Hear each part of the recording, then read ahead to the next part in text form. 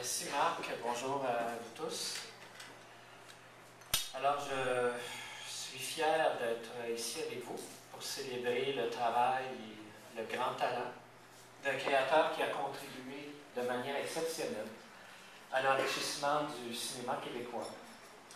Mais je voudrais d'abord remercier Mme Ségolène Roederer et son équipe qui ont collaboré de près à cette cérémonie. Il est certain que c'est un endroit, un écrin un peu plus propice pour tenir cet événement qui accueille bon an mal an au-delà de 100 films indépendants, donc réalisés par des auteurs eux-mêmes. Alors pour nous, c'est le créneau particulier que le Conseil des arts et des lettres soutient dans le secteur du cinéma. On y investit au-delà de 4 millions annuellement. Et la bourse de reconnaissance est une des manifestations de notre soutien à l'excellence. Alors, depuis 1998, le Conseil des arts et des lettres du Québec décerne des bourses de carrière qui sont dédiées à des créateurs ou à des interprètes ayant plus de 20 ans de carrière professionnelle et qui poursuivent leur démarche artistique avec vigueur. En accordant ces bourses, nous considérons que les projets de ces créateurs au parcours professionnel remarquable méritent un soutien d'exception. À cet égard, la bourse de carrière à l'intention des scénaristes et des réalisateurs de cinéma a été haussée à 100 000 $ à la suite d'une annonce de la ministre Mme Christine Saint-Pierre il y a un an, lors de la dernière édition des Rendez-vous. Et cette bourse est désormais destinée à un seul récipiendaire. Les bourses de carrière du Calque visent donc à offrir aux artistes et aux écrivains émérites un peu de liberté et les moyens de se ressourcer, d'explorer de nouvelles avenues de création et d'entreprendre des projets dont la nature peut différer de ceux qui ont jalonné leur parcours. Elles sont destinées à favoriser la poursuite d'une démarche artistique amorcée de longue date en comptant sur une aide financière substantielle. La problématique de la continuité de la création se pose de façon particulière en cinéma. Il y a un accroissement constant du bassin de créateurs, en grande partie grâce à l'accessibilité des outils de production découlant de l'évolution technologique. Toutes les cinématographies nationales se sont développées et affirmées à partir du travail d'auteurs et de réalisateurs qui ont projeté les spectateurs dans des univers personnels en exprimant leur imaginaire et leur vision du monde. Le développement d'une cinématographie ne peut se concevoir sans apporter une attention particulière aux créateurs qui en sont les premiers artisans. Si l'on veut favoriser la diversité de formes et de contenus qui permettront de conserver à notre cinématographie son intérêt et sa singularité, il est nécessaire de ménager un espace à la recherche et à l'expérimentation liée à la démarche artistique, de soutenir la scénarisation et de permettre aux auteurs d'œuvres indépendantes d'affiner leur art par la pratique. Comme pour l'ensemble des bourses du Calque, l'attribution de ces bourses de carrière repose sur un processus incluant l'évaluation par les pairs. Pour analyser les candidatures à cette dernière inscription, le Calque a fait appel à des personnalités reconnues pour leurs compétences et leur engagement dans le domaine du cinéma. L'un des critères d'évaluation essentiels aux yeux du Calque repose sur les intentions de travail parce qu'il distingue les bourses de carrière des autres prix et reconnaissances qui sont attribués à des créateurs émérites. En effet, les bourses de carrière du Calque ne constituent pas, et surtout pas, un couronnement de fin de parcours, mais des leviers de création. Jusqu'à ce jour, le Calque a décerné 35 bourses de carrière dans divers secteurs artistiques. De ce nombre, 12 artistes en cinéma ont bénéficié de ce soutien financier, donc le tiers. Je vous les nomme rapidement: Marc-André Forcier, Robert Morin, Serge Giguère, Hélène Doyle, Marcel Beaulieu, Robert Mondry, Richard Lavoie, Jean-Pierre Lefebvre, Mireille Dansereau, Gary Beitel, André Gladu, auquel se joint maintenant Pierre Hébert. Le cinéaste Pierre Hébert œuvre dans le domaine du cinéma d'animation depuis 1962. Sa rencontre avec Norman McLaren aura été déterminante dans l'orientation de sa carrière, alors qu'il reçoit ses encouragements à poursuivre ses expériences d'animation gravées directement sur pellicule. Cette technique restera l'axe central de son travail jusqu'en 1999, année où il quitte l'ONF après plus de 30 années à son service. Pierre Hébert a signé plus d'une vingtaine de courts-métrages d'animation et un long-métrage, La plante humaine, qui a été primé meilleur long-métrage de l'année 1996 par l'Association québécoise des critiques de cinéma et la SODEC. Se définissant également comme artiste multidisciplinaire, il prend part à de nombreux projets qui le conduisent à collaborer avec des musiciens, des chorégraphes et des écrivains. Il réalise également de multiples performances d'animation en direct qui le conduisent à parcourir la planète et à travailler avec des artistes invités. Auteur d'un essai sur le cinéma d'animation et de nombreux articles pour des revues spécialisées, il a cumulé plusieurs années à titre d'enseignant. En 2010, il a été nommé professeur honoraire à la Emily Carr University of Art and Design à Vancouver.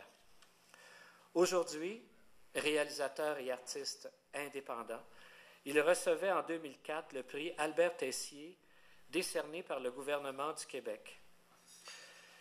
Au nom du conseil d'administration du Calque, je vous félicite, M. Hébert, et je souhaite que cette bourse vous permette de réaliser le projet qui vous tient tant à cœur. Je salue personnellement Pierre aussi de son engagement dans le secteur du cinéma, puisque récemment il a accepté de reprendre la présidence du vidéographe, un engagement extrêmement important dans une institution essentielle à la vie du cinéma. Alors, bravo Pierre.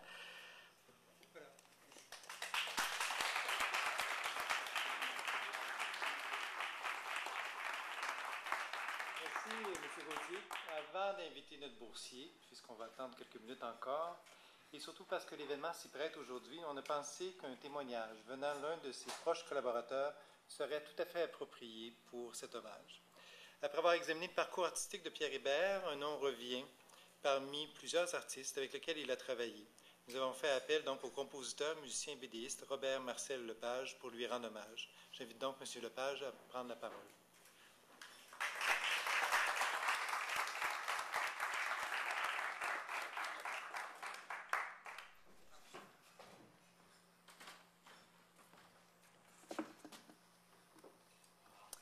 Cher Pierre, Sylvie est en Europe, alors je me charge de la partie intime.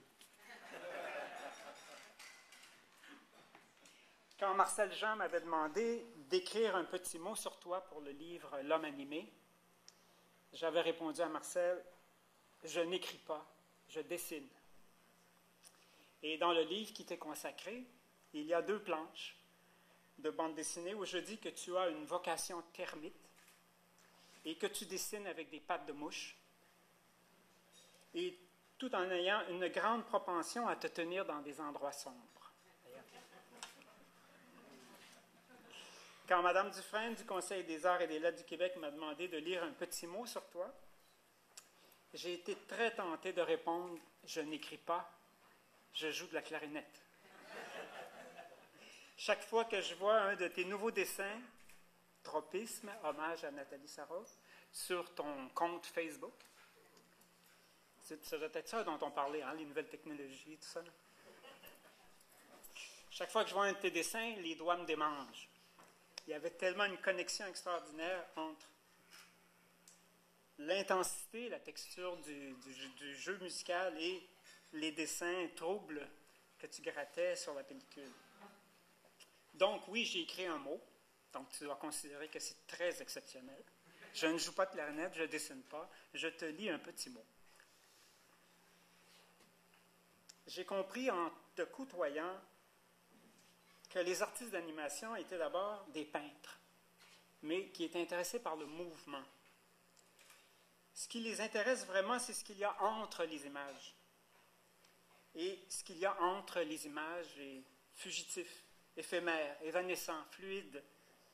Et c'est exactement ce qu'il y a entre les notes de la musique au-delà du solfège de la musique. Moi, dans ma musique, j'ai toujours été attiré par le dessin du trait musical, par sa texture, comme si l'on pouvait voir le son comme une sculpture de vibration.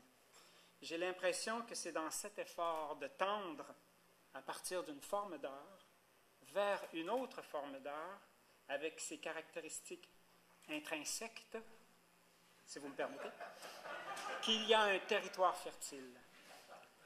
Et c'est là aussi que nos deux approches ont produit des résultats assez surprenants sur la bonne douzaine d'années où on a collaboré très étroitement. À l'occasion du projet Adieu Leonardo, on avait découvert que le grand maître Léonard lui-même, qui était aussi un musicien improvisateur, il avait écrit dans ses carnets « Musica figurazione del così invisibili » et que la peinture est un art supérieur à la musique, parce que la musique, il faut la répéter, il faut la reproduire. Alors il ne comprendrait pas pourquoi toute ta vie, tu as si vaillamment travaillé à rendre ton art événementiel, éphémère, fluide, plus proche de la musique que de la peinture, dans son déploiement dans le temps et dans son rapport avec le public. Toutefois, tu m'as annoncé récemment que tu allais te construire un atelier de peintre dans ta cour arrière et que donc Leonardo pourrait retourner dans ses terres. Cher Pierre, toutes mes félicitations pour ce prix si important et en mon nom et celui de mes collègues Jean de Rome, Louise Bédard, Joanne Itu, avec qui on a fait les conversations, les symphonies interminables, les chants et danses du monde inanimé. On te salue, on te dit un grand merci pour nous avoir ouvert ta porte et d'avoir partagé avec nous le territoire créatif qui est si singulier. Salut Bipède.